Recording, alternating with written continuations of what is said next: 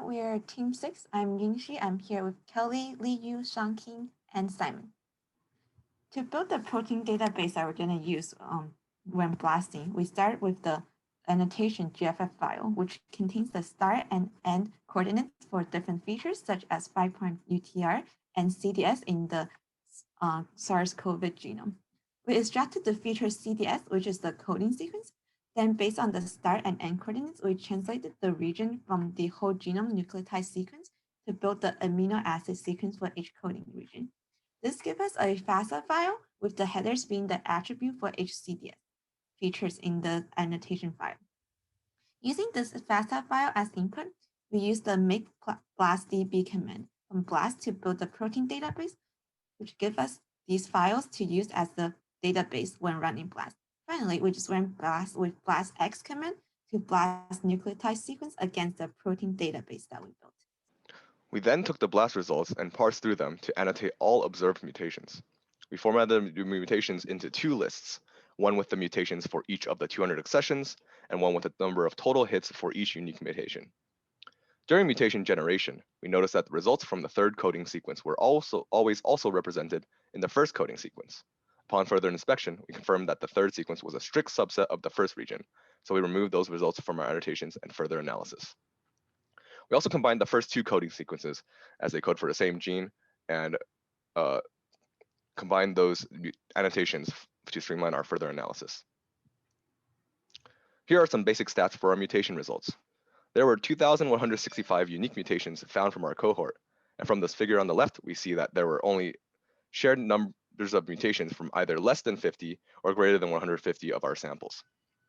Out of the 2,000 unique mutations, 144 of those occurred in more than 150 of our samples, and were mostly dominated by S protein and ORF1ab. 65 mutations occurred in all 200 of the samples, and 64 of those were the S protein.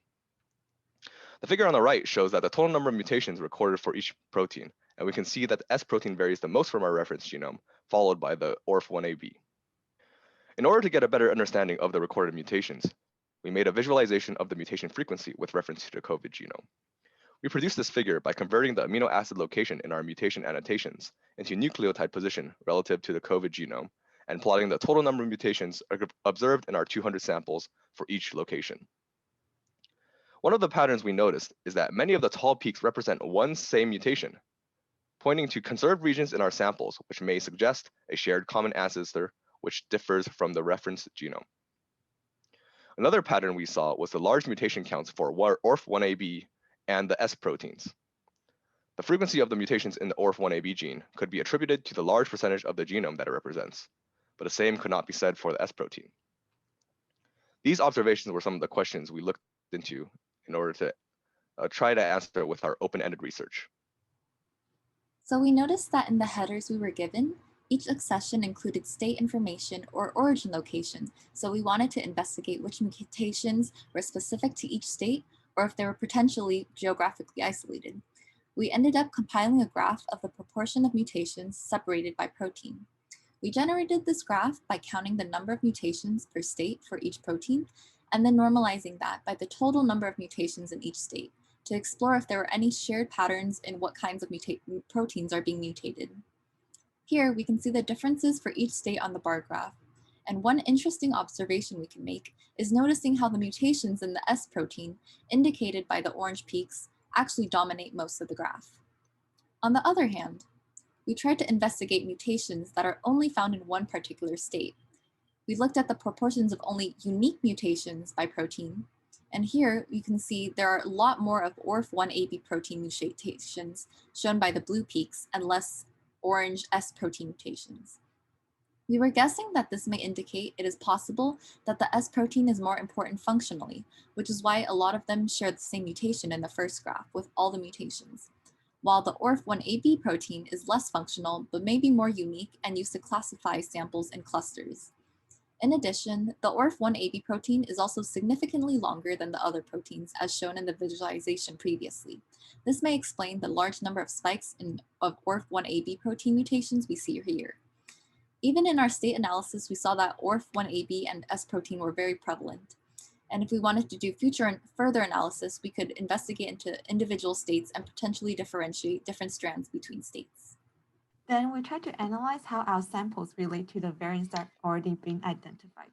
The table on the left are the characteristic mutations of 3 SARS-CoV variants that CDC identified as concerning.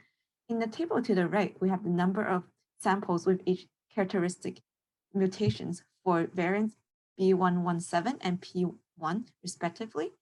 We can see that over 190 samples have most of the unique characteristic mutations for B117. This means is that it's very likely that most of the 200 samples are B117 variants, which is good in a way because most vaccines nowadays target the specific variant. For P1 mutation, though, we see that only 4 samples have one of the unique characteristic mutations of the P1 variant. So it further supports that the fact that there are not that many occurrences of the P1 variant. However, if we take a look at the B1351 variant, there are 3 individuals with all 5 unique characteristic mutations of B1351. This means that it's very likely that those individuals are the B1351 variants. We can see in the table on the left that CDC stated that there are no confirmed cases of B1351 in the US so far, but this data from mid-January, so it's very possible that there's been already cases of B1351 since January. And it's interesting to note that the 4 individuals with at least one of the unique characteristic mutation of B1351, they're from Michigan, Ohio, and North Carolina, which are geographically close. This does make sense geographically that they're similar variant and potentially be this B1351 variant. Like what was previously introduced by Shanqing, for 65 mutation occurs among all 200 samples. 64 of them are spike proteins. This shows us the importance of spike proteins for the COVID-19 virus genome. Hence, we do further analysis on this mutation to see if any of them might have influence on the virus. Some are found to improve virus infectivity and some have no clear functionality. One of the mutations with known functionality was on the 619th amino acid. This mutation is found in all 200 sample and mutation of this amino acid leading to opening of the spike proteins. Comparing to the closed one, the open spike proteins can easier bind to ACE2 receptor on human cell and improve its ability to invade human cells. Another mutation was the deletion located at 69 and 70 residues on spike proteins. This mutation is on the N-terminal domain of spike protein and it changed the conformation of a protruding loop on the N-terminal domain, which will pull it inward. This will give us less hinder for spike proteins to bind to human cell. Both 2 mutations improve the infectivity of virus. However, the good news is that both mutations are not located on the RBD binding region, which was a region targeting by the vaccine. Hence, this mutation does not decrease the accuracy for current vaccine.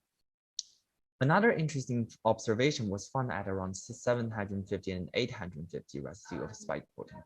In this region, we find a large cluster of mutation. However, no clear functionality has been discovered for most mutations. This might require we biologists to do more experiments to reveal the functionality of this region. I'm going to go into more details about the spike protein, which is the receptor binding domain, which is the RBD. It is part of the spike protein of COVID-19. RBD has highest binding affinity for human ACE2, which is a type of host receptor which causes the virus bind to the cell easier and start to invade them. There are a few receptor binding domain mutations they are discovered, and the most common one is N501Y, and its ability is to spread the virus quicker than usual COVID-19 in the air tract, hence it transmits really fast. It is found in 194 samples. There are other 2 receptor binding domain mutations, which are K417N and E484K. And E484K found in only 4 samples, and K417N found in only 3 samples. Even though these mutations are not a lot appearing in a sample, but it still could be dangerous. Right now, there are many vaccines to fight against them because they are correlated with immune escape, as monoclonal antibodies do not neutralize any of the RBD site mutation. But they are trying to develop a new booster vaccine to identify RBD to increase the monoclonal antibodies to prevent virus from binding to the receptor. And the next slide is our reference we use to analyze, and thank you for listening.